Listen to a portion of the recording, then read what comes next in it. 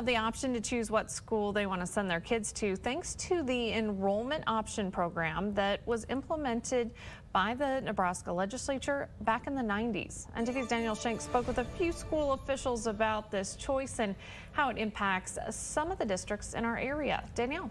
School choice and the enrollment option program is something thousands of families have been utilizing. For some, it was especially helpful this past year as they looked for safer learning options due to the pandemic.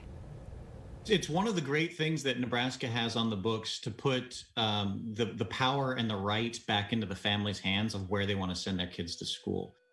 You obviously have your resident district. You can go the option in to another district. There's several parochial schools that you can choose from, or you always have the option of homeschooling. So Nebraska has great options for kids and parents, and basically it's finding where they fit in. Students can only use this option one time throughout their K-12 school career, according to Jesperson.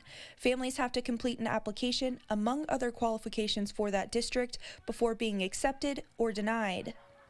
Capacity at that district is the only reason a school could say, no, I'm sorry, we can't take that student.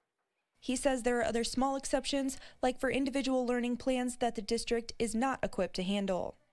In talking with Grand Island Northwest Public Schools and Elba Public Schools, they say there are a variety of reasons why students may be opting in or out of their district.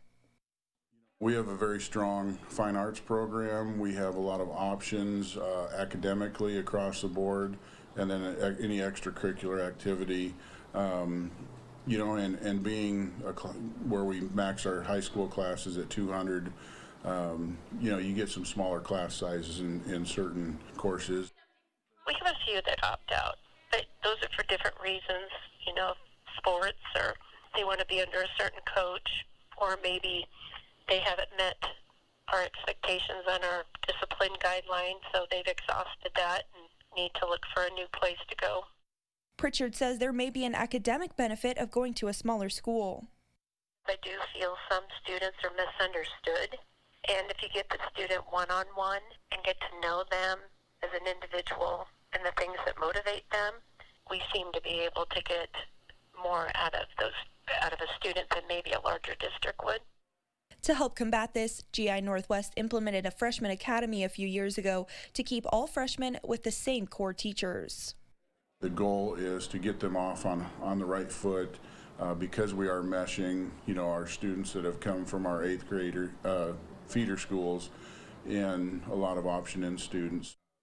Edwards says for the 2020 school year, they had about 980 students option in and 190 option out. Elba saw a similar exchange, but on a smaller scale. I feel since we have guidelines in place that it's been a positive impact. I like meeting the different kids from the different areas and also what they can bring to the classrooms. Now, both schools benefit from this program and say if it were to go away, it would have a drastic change on their enrollment. Sara? Thanks so much, Danielle.